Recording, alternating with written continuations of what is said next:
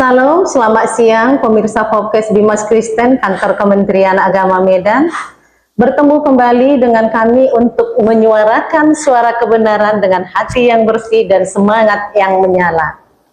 Penyuluh agama Kristen melakukan tugas dan pelayanan ke beberapa instansi dan langsung terjun ke masyarakat. Salah satu yang menjadi topik kita hari ini yaitu tentang panti rehabilitasi. Di sini kami mengundang salah satu narasumber kita, salah satu penyuluh agama Kristen di Kantor Kementerian Agama Medan ini yang tidak asing lagi. Kami panggilkan Bapak Rahmat Nafitukulu.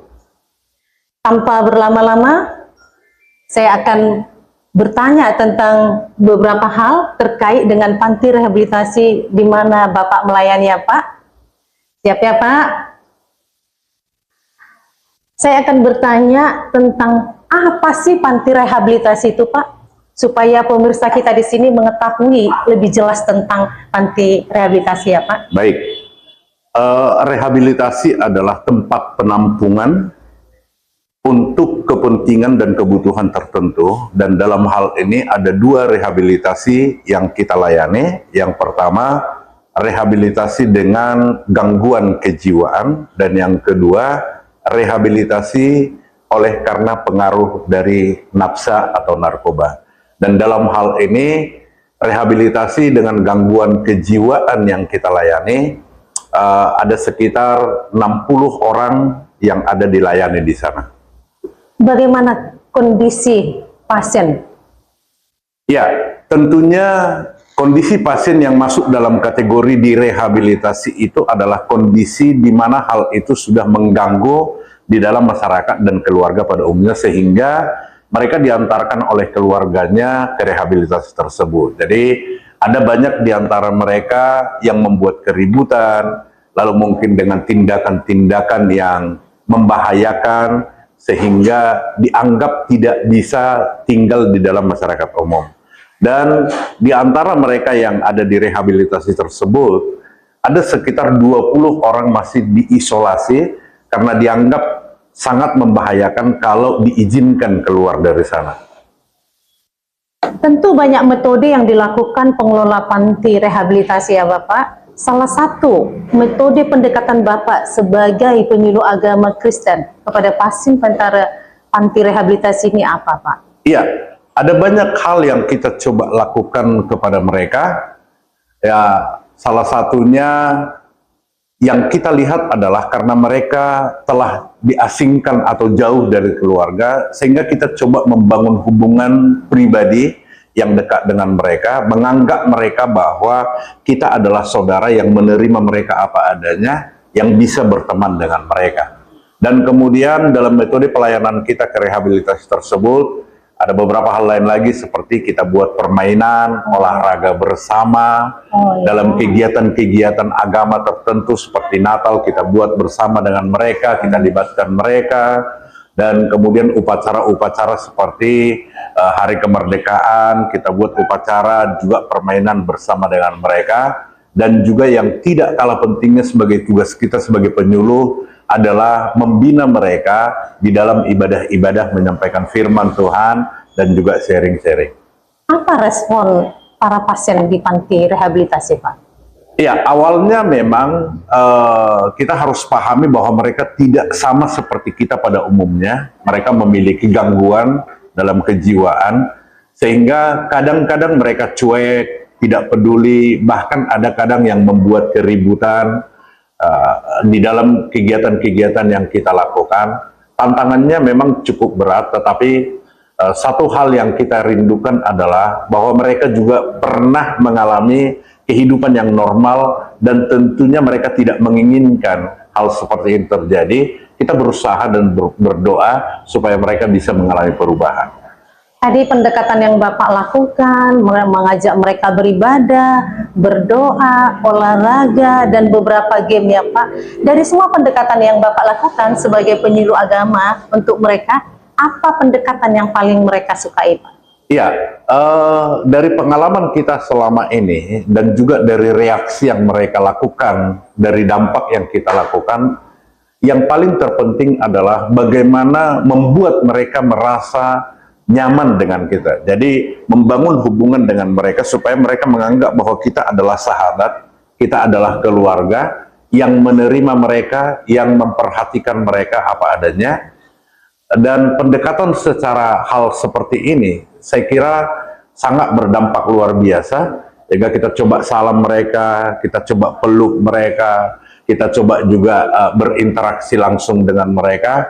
Dan sekarang ini bahkan ketika kita berada dari jauh, mereka lihat, mereka sudah menyambut kita karena mereka merasa cukup dekat dengan kita dan kita itu adalah sahabat bagi mereka. Di samping itu tentunya kita tetap harus berdoa karena apapun yang kita lakukan, usaha yang kita lakukan, kalau Tuhan tidak memberkati, tentu tidak akan berhasil. Maka apapun yang kita lakukan itu tetap doa adalah merupakan kekuatan untuk mengubah hidup mereka. Pemirsa podcast, melayani warga yang biasa tentu berbeda dengan melayani pasien panti rehabilitasi. Nah, saya mau bertanya kepada Pak Rahmat, apa tantangan yang Bapak alami selama melayani di panti rehabilitasi? Ya, cukup banyak, dan sekali lagi kita harus pahami bahwa mereka ini bukan orang yang biasa. Mereka agak berbeda, dan tentunya tidak semua orang memiliki panggilan yang sama untuk pelayanan seperti ini. Namun dengan perjuangan dan upaya serta kerinduan untuk mengalami perubahan, tantangan demi tantangan itu perlahan-lahan bisa kita atasi.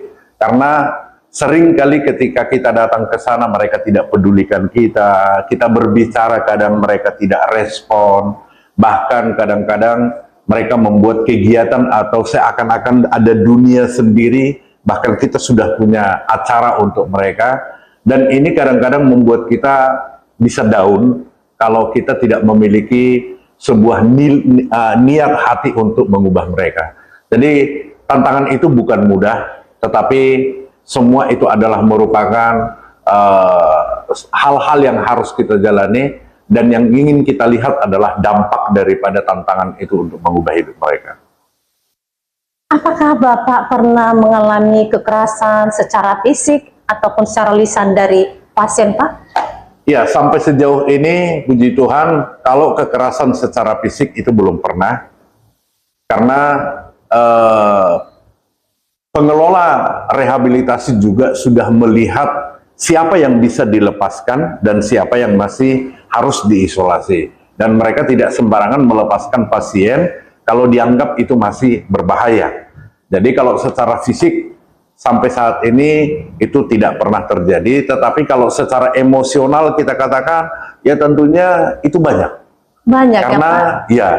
Karena kadang-kadang kita bisa terganggu atau mungkin seakan-akan seperti tersinggung. Karena apa? Mereka tidak respon dengan kita. Mereka kadang-kadang membuat sesuatu, tindakan-tindakan yang bisa mengganggu ketika kita melayani, ketika kita memuji Tuhan, berdoa, bahkan menyampaikan firman Tuhan. Hal-hal lain yang mereka lakukan atau mereka mencoba mengalihkan kepada yang lain. Ada hal-hal yang menjengkelkan Bapak waktu melayani, misalnya mereka lagi ibadah, ada yang BAB, ada seperti itu, Pak? Ya, itu adalah hal yang memang harus kita jalani. Kalau gangguan-gangguan seperti itu adalah merupakan sesuatu yang mungkin bahkan pernah muncul, tetapi kita sekali lagi kita pahami mereka itu siapa, mereka sedang dalam perawatan, dan untuk itulah kita mencoba untuk melakukan pendekatan dan pelayanan kepada mereka supaya hal itu bisa berubah. Luar biasa, kasih Bapak sungguh terbukti ya, Pak. Kalau boleh tahu, sudah berapa lama Pak Rahmat ini melayani di panti rehabilitasi ini, Pak? Ya, untuk rehabilitasi dengan gangguan kejiwaan yang kita layani sampai saat ini, kita sudah melayani mereka kurang lebih setahun, dan kita adakan kunjungan pelayanan kepada mereka itu 1 kali dalam 1 minggu. Dan puji Tuhan, perubahan itu sudah cukup banyak kita lihat. Bahkan mereka juga kadang-kadang memberikan respon yang luar biasa, yang kadang membuat saya terharu dan menangis, karena mereka ada sebagian kadang menyisihkan makanan untuk mereka dibagikan ke kita. kadang-kadang ada sesuatu yang diberikan kepada kita, dan itu saya lihat sebuah perubahan yang cukup luar biasa. Wah, luar biasa, ada perubahan ya Pak, ada Amen. dampak yang positif nyata nampak dari pasien ya, bahkan Ya. mereka mengenali Bapak, bahkan menyisihkan makanannya Betul, untuk Bapak betul, ya. betul. Berarti ada perubahan dan wujud kerjasama yang baik ya Pak. Kalau begitu Pak, apa harapan Pak Rahmat ini untuk pengelola panti dan juga untuk para penyuluh untuk melakukan penyuluhan ke depan? Ya, semua kita berharga di mata Tuhan, dan tentunya Tuhan menciptakan kita untuk sesuatu yang berarti.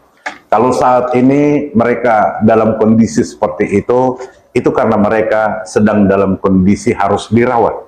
Maka oleh karena itu mari kita merawat mereka, dan